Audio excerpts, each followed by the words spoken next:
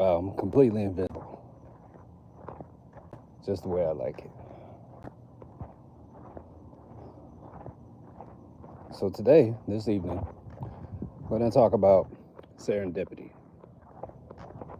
We're just going to talk about this until I get back home from my shadow stroll. Sound like a fucking ninja move. Anyway, we'll talk about this just until I get back home from my shadow stroll, and then we're going to end it.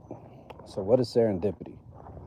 Serendipity is when you discover something unexpected and pleasant, even by complete chance. So the root of it comes from around 1754, when the term was coined based on old Persian tale of the three princes, where they were all stumbling upon surprising yet really nice things, right? So let me ask a question. Have you ever experienced a feeling that when you achieve something, a feeling that you've already done it, a feeling that it already happened before, but you just suddenly find yourself in the place to where it's actually finally completed? Some would call that deja vu.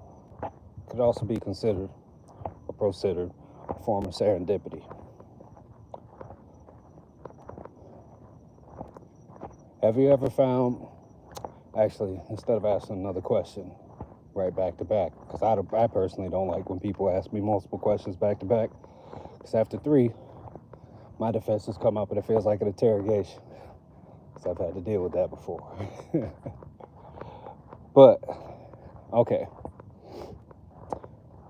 I'll take you back to maybe 2015, so I guess about 10 years ago. I was working the corporate life, young, 25 or something like that, 24, maybe 23, I don't remember.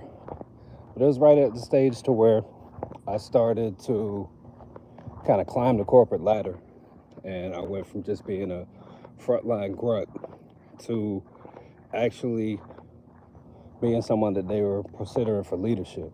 So they put me in supervisory and management positions and had me run teams and all these kind of things. And one of the things that I leaned on and relied on during this time period was I would intentionally build positive momentum, knowing that, okay, full disclosure, I was working in customer service. So when I say corporate, it was a corporate call center. But and why are you here, Tyler? I can't even say your name. Anyway, but what I would do is I would intentionally, every single day, in a space where nobody really wants to talk, because everybody is irritated about talking to customers that they don't want to talk to all day. First thing in the morning, I would say, how you doing? Or maybe good morning to at least 10 people as I walked into the building. Thank you, Eva. And it was a very interesting effect. I've talked about this before, but I don't really think I've talked about it on live before.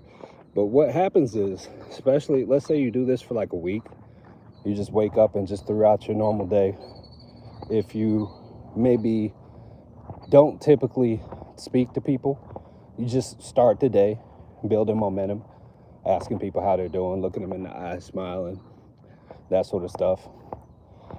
There's multiple effects. The first effect is you'll find yourself in a much better, more receptive mood for positive opportunities to be presented to you, and for therefore you to be able to seize them because you're open to them at that point, right?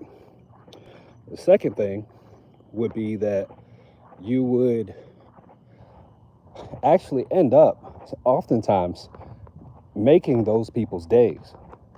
Like they're not used to someone even asking how they're doing. And that's a sad state of how things are in the world, but it's a bit of a reality. Most people go through their day without someone asking how they're doing, so they just keep it to themselves. So even if you're just kind of going through your checklist and you're like, okay, this is person number 9 that I'm saying it to, opening up the conversation, and you do it, they'll remember that, and it'll stick with them. And not only will it build up positive momentum on your end, but let's say you come in another day, you're fucking pissed, you're late, it rained, fucked up your shoes and socks, you're walking in with soggy socks and shit. I know everybody hates that. I sure do. And maybe you woke up late, you didn't get to eat breakfast, you didn't even get no coffee, whatever you use to kind of get the day started. And you walk in and you're just like, all right, let me get through the day. That very person that you said good morning to 3 days ago and it made their day, they will turn around and reflect that back to you. They'll say good morning to you, ask you how you're doing. Ah, look at that. Reciprocity. This causes you to spike up in your emotional state. You suddenly don't feel like the world is so bad after all. Somebody actually cared to ask. This is serendipity. And when you intentionally practice serendipity, because we as humans live in this constant feedback loop to where, we may output a message or a signal, someone else is going to respond, they, return it, such as the way a mirror would reflect light. It ends up even exponentially growing that positive momentum to where a month, 2 months down the line, there'll be so many people saying good morning to you, so many people that recognize you, that it's impossible to do this in the same space for 2 months and not succeed. If you set a single goal, even if that goal is, okay, I want to raise by $1. It's a modest goal.